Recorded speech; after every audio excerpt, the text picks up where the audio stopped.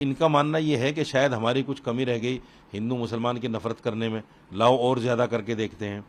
जैसे कभी मदरसों को छेड़ देते हैं, कभी दरगाहों को छेड़ देते हैं, कभी किसी और चीज़ को छेड़ देते हैं, मतलब कुछ ना कुछ ये करते रहते हैं। तो इनकी सोच ये है कि शायद हिंदू वापस आएगा। हिंदू वापस आने वाला नहीं है। हिंदू इनकी राजनीति को समझ गया। जिस तरह से राम मंदिर को लेकर इन्होंने ड्रामा किया है और उसका राजनीतिकरण किया है, उस धार्मिक स्थान का जिस तरह इन्होंने राजनीतिकरण किया है और जिस तरह से उनको भुनाने का काम किया है, वो हिंदू भाई समझ गया है कि इनकी आस्था नहीं है, ये सिर्फ कुर्सी बचाने के लिए सब कुछ कर रहे हैं। इसलिए हिंदू अब इनके जाल में फंसने वाला नहीं है। एक पॉइंट और है इसमें,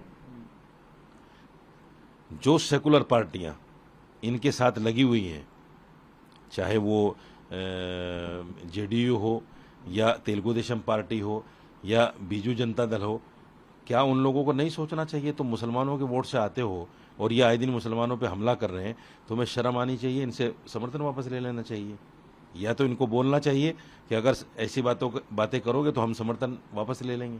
कम से कम दबाव तो बनाए। वो बिल्कुल सामने देखकर तमाशा देख रहे हैं। इसलिए मुसलमानों को ये भी सोचना पड़ेगा, उन सेक्युलर पार्टियों के लिए भी। देखिए, पहली बात तो ये है कि मैं ये समझता हूँ कि जो वक्फ के अंदर जो अमेंडमेंट हो रहा है, कल कैबिनेट की बैठक हुई है और अब कल संसद में इस पर प्रस्ताव आना है।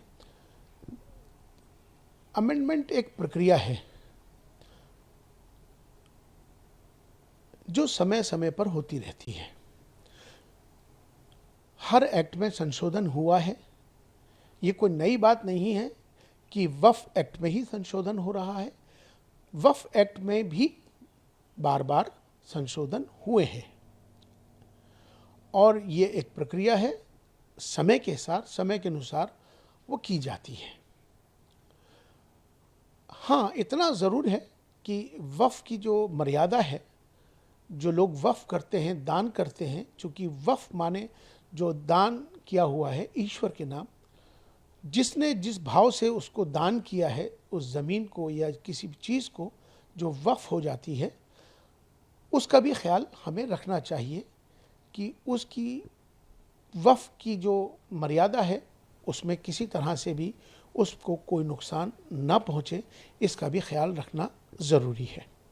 देखिए, वक्फ प्रॉपर्टी जो भी मुसलमान वक्फ करता है या वक्फ ऑलरेडी की है, उसका बुनियादी मकसद ये होता है कि वो किसी न किसी चैरिटेबल पर्पस के लिए या जिस भी पर्पस के लिए वक्फ की गई है उसको उसी पर्पस के लिए इस्तेमाल किया जाए, जिसको कि वाक़िफ़ की मंशा कहते हैं।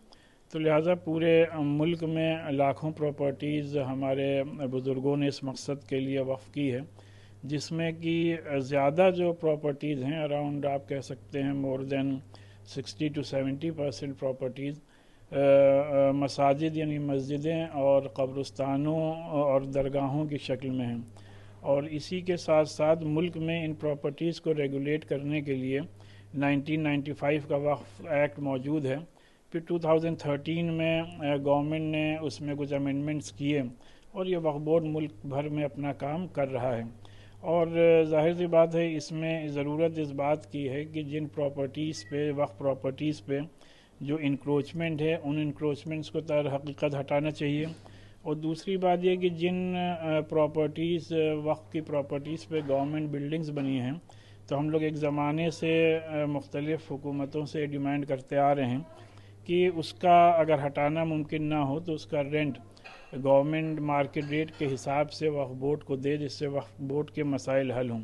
बहरहाल अभी गवर्नमेंट क्या इसमें अमेंडमेंट लाने जा रही है, इस बात को तो इल्म नहीं है, लेकिन ज़ाहिर सी बात है, हम नहीं समझते कि इसमें किसी किस्म के कोई अमेंडमेंट की ज़रूरत थी। ऑलरेडी वक्फ बोर्ड्स पूरे मुल्क में अपना काम कर रहे हैं और ये properties as per Islamic law लोगों ने वक्फ की हुई हैं। तो लिहाजा जिस मकसद के लिए प्रॉपर्टीज़ वक्फ की गई हैं उसी मकसद के लिए ही इस्तेमाल होनी चाहिए। आप क्या अपील करना चाहिए? नहीं, मेरी गवर्नमेंट से यही अपील है कि इसमें बेसिकली किसी अमेंडमेंट की ज़रूरत नहीं है, और अगर किसी अमेंडमेंट की ज़रूरत गवर्नमेंट को महसूस हो रही है तो कम से कम जो स्टेक होल्डर्स हैं उनकी राय ज़रूर इनकॉर्पोरेट की जाए, उनकी राय ली जाए और इस सिलसिले में उसी के बाद कोई कदम उठाया जाए जिससे कि किसी को कोई जहमत, तकलीफ और शिकायत ना हो। जी भारत।